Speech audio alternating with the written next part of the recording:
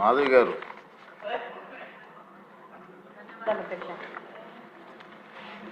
ధన్యవాదాలు అధ్యక్ష.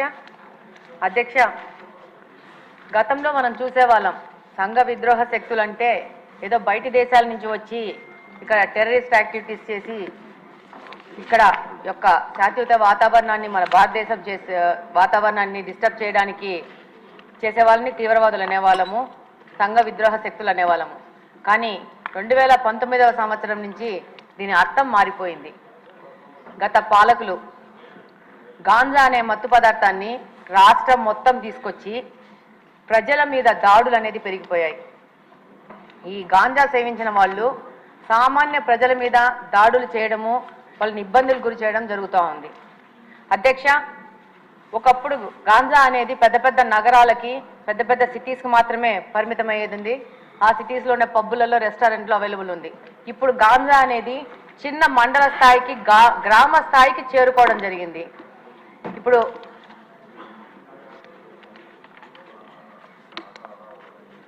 ఈరోజు మామూలుగా తిరుగుతూ ఉంటే ఈ గాంజా ఇంత ఎక్కువైపోయింది ఏమని మాట్లాడుతుంటే స్టూడెంట్స్ అడుగుతూ ఉన్నారు, మాకు గాంజా ఎక్కడ దొరుకుతుందో తెలిసినప్పుడు దీన్ని కట్టడి చేయాల్సిన పోలీసులకు తెలియదు అది ఎక్కడ దొరుకుతుందో అని చెప్పేసి.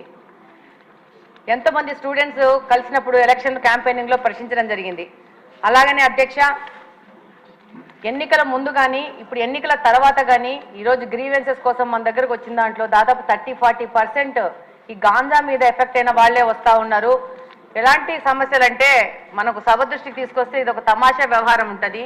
పిల్లాడు గాంజాకి అడిక్ట్ అయ్యాడని చెప్పేసి దాంట్లో నుంచి బయటికి తీసుకురావడానికి ఏవో మాయలు మంత్రాలు అని చెప్పేసి ఎవరో సాముల్ని మీద ఆధారపడి వాళ్ళు వచ్చి వాళ్ళ ఇంట్లో ఉన్న బంగారం అంతా చూసి వీడు గాంజా మీద ఎఫెక్ట్ అవుతున్నాడు ఈ అబ్బాయి అని చెప్తే వాళ్ళు ఆ బంగారంతా దొంగతనం చేసుకుని వెళ్ళిపోతే ఆ కేసు ఇప్పటికీ కడపలో 2 టౌన్ పోలీస్ స్టేషన్లో FIR రిజిస్టర్ అయ్యింది. నిన్న 1 వీక్ బ్యాక్ కూడా సదరు మహిళ వచ్చి నాది ఏదో సమస్య తీర్చండి అని చెప్పింది. అంటే దాదాపు సామాన్య ప్రజలు ఈ గాంజా వల్ల ఎంత ఎఫెక్ట్ అయ్యారంటే అసలు ఈ 5 సంవత్సరాల్లో మిగతా సమస్యలు ఒక ఎత్తు అయితే గాంజా సమస్య అనేది ఇంకొక పెద్ద ఎత్తుకు చేరుకోయింది. అలాగనే అధ్యక్ష, ఈ గాంజా సేవించిన వాళ్ళు సామాన్య ప్రజల మీద షార్ప్ ఆబ్జెక్ట్స్, ఇందాక హోమ్ మినిస్టర్ గారు అన్నట్టు బ్లేడ్ బ్యాచ్ అంటారు, వాళ్ళు అది బ్లేడో షార్ప్ ఆబ్జెక్టో చిన్న నైఫ్లో తెలియదు కానీ ఆ గాంజా మత్తులో వాళ్ళకు అంతకు ముందు వాళ్ళతో ఏదైనా గొడవలు జరిగినా కానీ ఏమి జరిగినా కానీ ఏ విధమైన ప్రొవొకేషన్ లేకున్నా కూడా వాళ్ళని అటాక్ చేయడము, వాళ్ళ మీద దాడులు చేయడము, దాదాపు వాళ్ళకి ప్రాణం మీద ప్రమాదం వచ్చే లాగా దాడులు చేస్తూ ఉన్నారు. రంజాన్ మాసంలో కడప నియోజకవర్గంలో ఒక మసీదు నుంచి రాత్రి 11 గంటలకి నమాజు చేసుకొని బయటికి వస్తుంటే వచ్చిన పిల్లోడిని అసలు without any notice sharp object తీసుకొని కొయ్యడం జరిగింది. అబ్బాయికి దాదాపు రిప్స్లో దాదాపు 3-4 ఇంచెస్ లోపలికి వెళ్ళి హైదరాబాద్ అపోలోకి తీసుకొచ్చి దాదాపు 20 రోజులు పెట్టి దాదాపు 5-6 లక్షలు ఖర్చు అయిందని కూడా చెప్పారు. చెప్తున్నాను. అయితే దాని మీద పోలీసు వాళ్ళకి దగ్గరికి వెళ్తే చాలా నామినల్ దొమ్మి కేసు, చిన్న 2 మనుషులు కొట్టుకుంటే జరిగిన గొడవలాగా కేసు రిజిస్టర్ చేశారు. అది గత ప్రభుత్వం వైసీపీ ప్రభుత్వ హయాంలో జరిగింది. ఇలాంటి కేసెస్ చాలా ఉన్నాయి పోలీస్ డిపార్ట్మెంట్ దగ్గర. వాటన్నిటిని కూడా మళ్ళీ చెక్ చేసేసి వాటిని సరైన FIR రిజిస్టర్ చేసి వాళ్ళకి న్యాయం చేయాలని కోరుకుంటున్నాను. అలాగనే ఈ గాంజా మీద ఒక స్పెషల్ టాస్క్ ఫోర్స్ ఏర్పాటు చేసి ప్రత్యేకంగా మీకు అవసరం ఉంటే నాకంత తెలియదు కాబట్టి స్పెషల్గా రిక్రూట్ చేసుకునైనా కూడా దీని మీద ముందుకు పోవాల్సిన అవసరం ఎంతగానో ఉంది. లేకపోతే సమాజం మొత్తము పాడైపోయే ప్రమాదం ఉంది. ధన్యవాదాలు అధ్యక్ష. ధన్యవాదాలు అధ్యక్ష. అసాంఘిక శక్తుల గురించి అదేవిధంగా ఈ బ్లేడ్ బ్యాచ్ నియంత్రణ గురించి ఒకసారి మాట్లాడాలనుకుంటే లాస్ట్ 5 ఇయర్స్లో నేను చాలా సందర్భాల్లో చెప్పాను అధ్యక్ష, పోలీసు వ్యవస్థని, పోలీస్ నిఘా వ్యవస్థని కూడా కంప్లీట్గా నిర్వీర్యం చేసే పరిస్థితి వచ్చింది అధ్యక్ష. ఎందుకు ఈ మాట చెప్తున్నానంటే లాస్ట్ 5 ఇయర్స్లోని కూడా అప్పుడు ముఖ్యమంత్రి జగన్మోహన్ రెడ్డి రోడ్డు మీదకి వస్తే పరదాలు కట్టడానికో, బారికేడ్లు వేయడానికో, లేకపోతే హౌస్ అరెస్టులు చేయడానికో వీటి మీద పెట్టిన దృష్టి అసాంఘిక శక్తుల్ని పట్టుకుందామని కానీ, నేరస్తులను పట్టుకుందామని కానీ, వాటిని పట్టుకునేడానికి ఉన్న సిస్టమ్ని కనీసం వాళ్ళు తిరిగి పునరుద్ధరించుకోవాలన్న తపన కూడా లేకుండా మొత్తాన్ని నిర్వీర్యం చేసిన పరిస్థితి వచ్చింది అధ్యక్ష.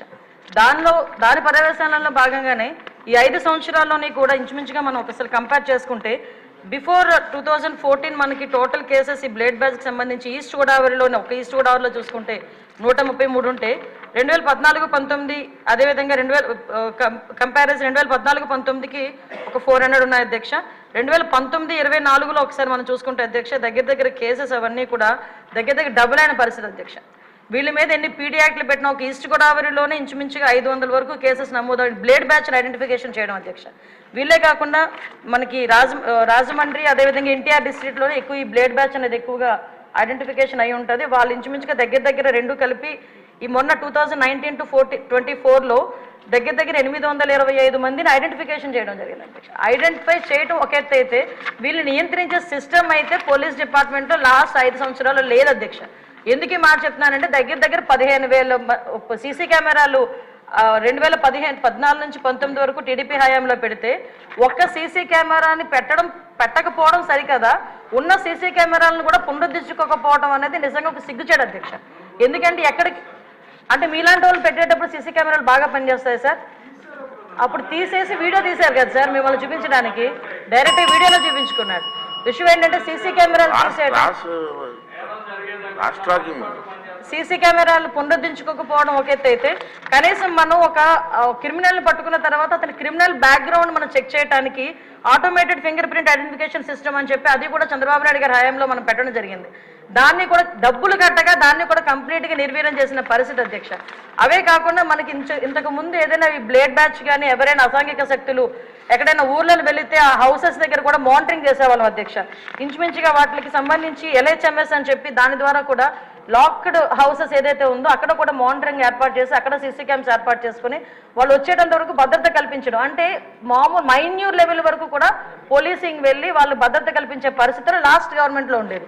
ఈ గవర్నమెంట్ ఎప్పుడైతే నిర్వీర్యం చేసిందో పోలీసు వ్యవస్థని, మీరు అన్నట్టుగా మొత్తం అరాచక శక్తులు అసాంఘిక శక్తులు అరాచక శక్తులు అంటే ఇందాక మేడం గౌరవ ఎమ్మెల్యే గారు చెప్పినట్టు ఎవరో బ్లేడ్ బ్యాచ్ అనో ఇంతకుముందు ఎక్కడి నుంచో వచ్చారు, పై దేశాల నుంచి వచ్చారు, పై రాష్ట్రాల నుంచి వచ్చారు, బీహార్ బ్యాచ్ అక్కడ బ్యాచ్ ఇక్కడ బ్యాచ్ అనుకునే వాళ్ళు. ఇప్పుడు అలా కాదు, అది ఆ బ్యాచ్ ఈ బ్యాచ్ కాదు, వైసీపీ బ్యాచ్ అన్నట్టుగా అసాంఘిక శక్తులు ఎక్కువగా అయిపోయి ఈరోజు కనీసం రాముల్లో గుడికి భద్రత లేదు, బడికి భద్రత లేకుండా అయిపోయింది అధ్యక్ష. లాస్ట్ 5 సంవత్సరాలు కూడా బడిలోనున్న అక్కడికి వెళ్ళి అసాంఘిక కార్యకలాపాలు, ఈవెన్ ఒక రోజు స్కూల్ లాక్ చేసి ఉంటే అక్కడికి వెళ్తే సోమవారం మార్నింగ్ అక్కడికి స్కూల్ ఓపెన్ చేస్తే బీరు బాటిళ్ళు అక్కడ కైనీ ప్యాకెట్లు అవి కనిపించే పరిస్థితి. అలా అదేవిధంగా గుడిలోకి వెళ్తే గుడి విగ్రహాలను ఎత్తుకుపోయే పరిస్థితి లాస్ట్ 5 సంవత్సరాలు చూసాం అధ్యక్ష. ఒకటి అధ్యక్ష, ఈరోజు ఈ గంజాయి గురించి చెప్పారు అధ్యక్ష. ఈ గంజా లాస్ట్ 5 yearsలో కూడా కంప్లీట్గా వదిలేశారు అధ్యక్ష. ఎంత దారుణంగా వదిలేశారంటే అంటే ఈ ఇష్యూ ఇక్కడ కూడా ప్రస్తావించాలి కాబట్టి చెప్తున్నా. ఎక్సైజ్ డిపార్ట్మెంట్కి ఇంతకుముందు ఒక పవర్ ఉండేది అధ్యక్ష, గాంజాని డిస్ట్రాయ్ చేయడానికి కానీ గాంజా మొక్కల్ని ధ్వంసం చేయడానికి కాల్చడానికి వాళ్ళకి ఒక సిస్టమ్ ఉండేది అధ్యక్ష. దీన్ని ఎప్పుడైతే సెబ్కి ఇచ్చారో ఈ ఎక్సైజ్ డిపార్ట్మెంట్కి వాళ్ళకి కూడా అటువంటి పరిస్థితి ఏమీ లేదు. ఈ సెబ్ కూడా ఓవరాల్గా ఒక గంజా మీదే కాకుండా ఓవరాల్ మనకి మైన్స్ మీద, శాండ్ మీద, లిక్కర్ మీద వీళ్ళు ప్రత్యేకమైన దృష్టి పెట్టడం, గంజాయిని పక్కన పెట్టడం జరిగింది అధ్యక్ష. దాని పర్యవేక్షణలో భాగంగా గంజాయి అన్నది ఎవరో ఎక్కడో ఈ యూనివర్సిటీ పిల్లలు పెద్ద పెద్ద పిల్లలు తాలూకా పిల్లలు చేస్తారనుకున్నది కాస్త స్కూల్ లెవెల్లో ఈరోజు స్కూల్ బ్యాగ్లో కూడా వెళ్ళిపోయింది అధ్యక్ష గంజాయి ప్యాకెట్. సో మేము ఇప్పుడు ఈ గంజాయి ఈ గంజా మత్తులోనే ఈ బ్లేడ్ బ్యాచ్ కూడా విచక్షణ కోల్పోయి అడ్డొచ్చిన వాళ్ళందరినీ కూడా ఇష్టానుసారంగా ఆ బ్లేడ్తోని చేయటం, హర్ట్ చేయటం. అందులో భాగంగా ఇందాక గౌరవ సభ్యులు చెప్పినట్టుగా మన ఎలక్షన్ క్యాన్వాసింగ్లో భాగంగా పవన్ కళ్యాణ్ గారు వెళ్ళేటప్పుడు పవన్ కళ్యాణ్ గారి మీద కూడా దాడి చేయటం బ్లేడ్ బ్యాచ్. అంటే వాళ్ళకు ఒక విచక్షణ కోల్పోయి ఇలాంటి వాళ్ళని హైయర్ చేసుకుంటారు అధ్యక్ష. కొన్ని రాజకీయ పార్టీలు అసాంఘిక శక్తుల్ని ఇలాంటి వాళ్ళని హైయర్ చేసుకుని గుంపుల్లో పంపించి కూడా ఇలాంటి పనులు కూడా చేస్తున్నారు అధ్యక్ష. వీళ్ళకి గంజాయి దొరకకపోతే వైట్నర్ స్మెల్ గట్టిగా తీసి దాంతో కూడా వాళ్ళు మత్తు తెచ్చుకొని వాళ్ళు ఇలాంటి అసాంఘిక కార్యకలాపాలు, అంటే అసాంఘిక కార్యకలాపాలు ఈజీ మనీ గురించి పిల్లలు పాడైపోతున్నారు, పిల్లలు దానికి అడిక్ట్ అయిపోతున్నారు అన్న విషయం అయితే మా దృష్టికి వచ్చింది అధ్యక్ష. దీని మీద నార్కోటిక్ టాస్క్ ఫోర్స్ మొన్ననే క్యాబినెట్ సబ్ కమిటీ కూడా ఏర్పాటు చేయడం జరిగింది. గాంజా గురించి ఎడ్యుకేషన్ డిపార్ట్మెంట్, మన అదేవిధంగా home department, tribal welfare department, excise department, health డిపార్ట్మెంట్తో కలిపి ఒక సబ్ కమిటీ కూడా ఏర్పాటు చేయడం జరిగింది. నార్కోటిక్ టాస్క్ ఫోర్స్ కూడా ఒక అతి తొందరలో క్యాబినెట్ కూడా ఆమోదం పొందిన తర్వాత narcotic task force with special ఆఫీసర్స్తో పాటు ఏర్పాటు చేయడం జరుగుతుంది. వీటితో పాటు ఒక టోల్ ఫ్రీ నెంబర్ కూడా ఇస్తున్నాం. గాంజాకి ఎస్పెషల్లీ గాంజా పర్పస్లో ఒక టోల్ ఫ్రీ నెంబర్ కూడా ఏర్పాటు చేయడం జరుగుతుంది.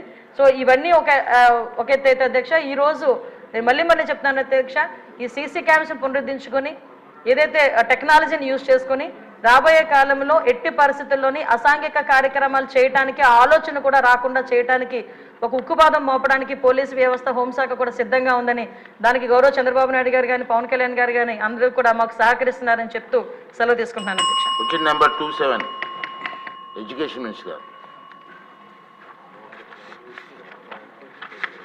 శిక్ష మొదటి ప్రశ్నకి సమాధానం లేదండి. రెండో ప్రశ్నకి సమాధానం ఈ ప్రశ్న ఉత్పన్నం కాదు. విష్ణుకుమార్ రాజు గారు.